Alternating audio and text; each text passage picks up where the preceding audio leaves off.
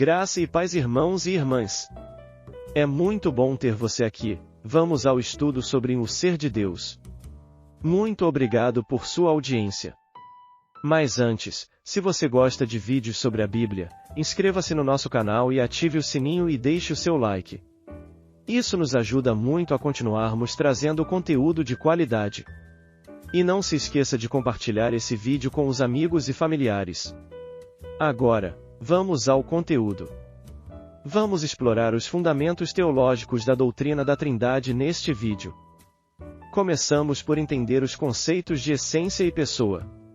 Enquanto a essência destaca a unidade divina, o termo pessoa evidencia as distinções das três pessoas dentro do ser divino.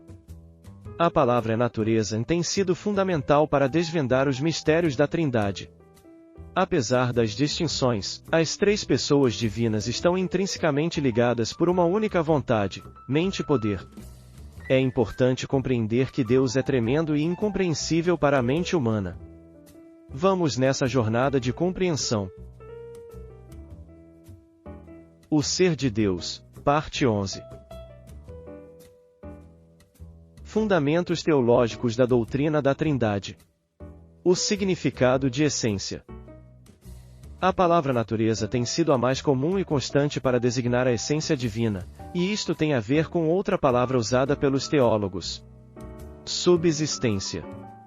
Cada uma das pessoas da Trindade compartilha da mesma natureza, a divina. Portanto, as pessoas da Trindade são distintas, mas não separadas. Por esta razão, não obstante haver três pessoas que subsistem distintamente no ser divino, há uma só vontade, uma só mente e um só poder. A natureza de Deus aponta para a sua unidade, o que é muito enfatizado pelas Escrituras. Ele subsiste em três pessoas distintas, mas não separadas. O significado de pessoa. Enquanto o termo essência, ou natureza, aponta para a unidade de Deus, o termo pessoa, ou subsistência, aponta para as distinções que existem no ser divino. O maravilhoso mistério que existe no ser divino é que a sua unidade não exclui a sua distinção ou diversidade. A sua natureza permite que Deus exista tripessoalmente, sem que isto afete sua unidade, embora isto seja acima e além de nossa finita compreensão. Talvez este tenha sido o grande erro dos monarquianos. Paternidade. Ser pai é uma obra exclusiva da primeira pessoa da Trindade. O filho é gerado, mas não no sentido finito e temporal de ser criado como na experiência humana. Na verdade, a hipóstasis do filho foi gerada da hipóstasis do pai. Do filho se diz que ele é gerado do pai, sendo o unigênito do pai. Filiação. Este atributo pessoal é única e exclusivamente relativo ao Filho. O Filho é eternamente gerado da essência do Pai. Mateus 3 verso 17, e eis uma voz dos céus, que dizia: Este é o meu Filho amado, em quem me comprazo. Hebreus 1, verso 8. Mas acerca do Filho. O teu trono, ó Deus, é para todo sempre. E, cetro de equidade é o cetro do seu reino. Os termos primogênito e unigênito devem ser considerados à luz desta revelação, sendo necessários entendê-los respectivamente, que o Filho é aquele que tem os direitos de primogenitura sobre toda a criação e que o Filho teve sua hipóstase gerada da hipóstase do Pai, desfrutando sempre e eternamente da mesma essência. A Trindade econômica.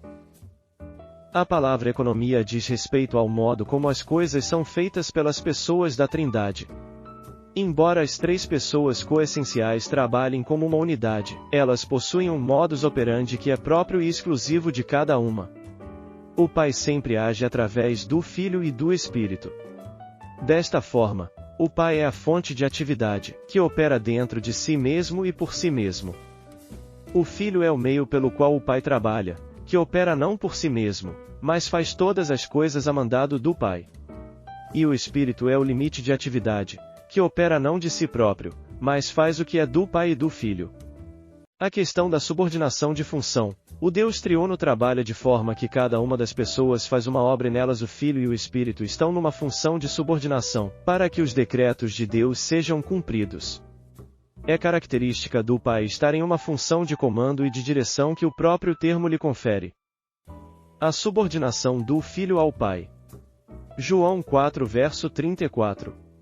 Disse-lhes Jesus: A minha comida consiste em fazer a vontade daquele que me enviou e realizar a sua obra. João 14, verso 31. Contudo, assim procedo para que o mundo saiba que eu amo o Pai e que faço como o Pai me ordenou. Levantai-vos, vamo-nos daqui. Dentre outras, a subordinação do Espírito ao Pai e ao Filho, João 16, verso 13 e 14. Quando vier, porém, o Espírito da verdade, ele vos guiará a toda a verdade, porque não falará por si mesmo, mas dirá tudo o que tiver ouvido, vos anunciará as coisas que hão de vir. Observação: esta subordinação de função não implica, obviamente, subordinação de essência, grande erro dos arianos. A doutrina da Trindade não é uma doutrina especulativa. Quando analisamos a redenção do pecador, é fácil perceber como as três pessoas estão ativas, tornando uma realidade a misteriosa e maravilhosa restauração do pecador.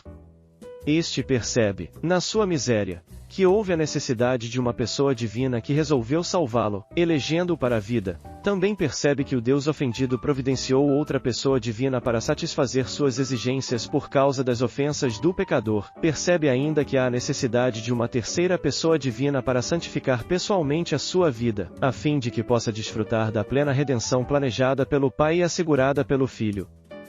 Esta é a obra graciosa da Trindade que todo pecador remido reconhece, após ser instruído neste sentido pelas Santas Escrituras.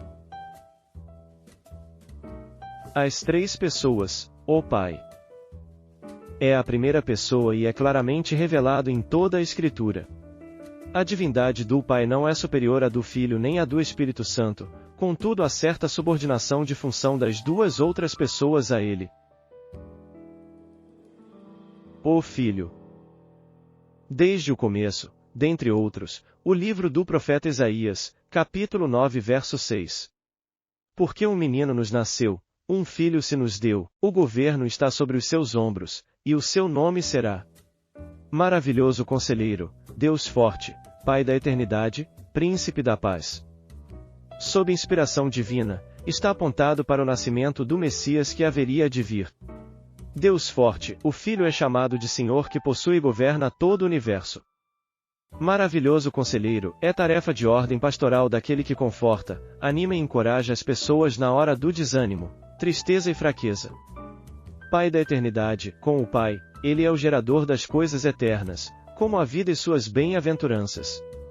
Ele é o Pai da redenção perpétua de seu povo. Príncipe da Paz, a tarefa de ser o Príncipe da Paz é divina porque somente Deus pode restaurar-nos ao seu favor, e Cristo é o Deus encarnado para poder estabelecer esta paz entre o ofendido e os ofensores. João 1, do verso 1 ao 3, no princípio era o Verbo, e o Verbo estava com Deus, e o Verbo era Deus. Ele estava no princípio com Deus. Todas as coisas foram feitas por intermédio dele, e, sem ele, nada do que foi feito se fez. Deixa claro que ele é o próprio Deus. Mas como poderia viver com Deus e ser o próprio Deus? Aqui começa o claro raciocínio da coexistência e subsistência de pessoas no ser divino. Em Hebreus 1 verso 8. Mas acerca do Filho. O teu trono, ó Deus, é para todo o sempre, e cetro de equidade é o cetro do seu reino. Fica claro a afirmação feita pelo Pai acerca da divindade do Filho. Porque ele é igual a seu Pai em essência. Tudo que o Pai faz ele faz, tudo que seu Pai é ele é, exceto nas distinções pessoais, isto é, o Pai não pode ser o Filho e reciprocamente. Os títulos divinos são dentre outros Senhor, Yahvé é no hebraico, Alfa e Ômega, Eterno, sem princípio nem fim, Rei e justo juiz, Jeremias 23, verso 5. Eis que vem dias, diz o Senhor, em que levantarei a Davi um renovo justo, e, Rei que é, reinará, e agirá sabiamente, e executará o juízo e a justiça na terra. Soberano, autoridade absoluta, conforme Atos 4, verso 24.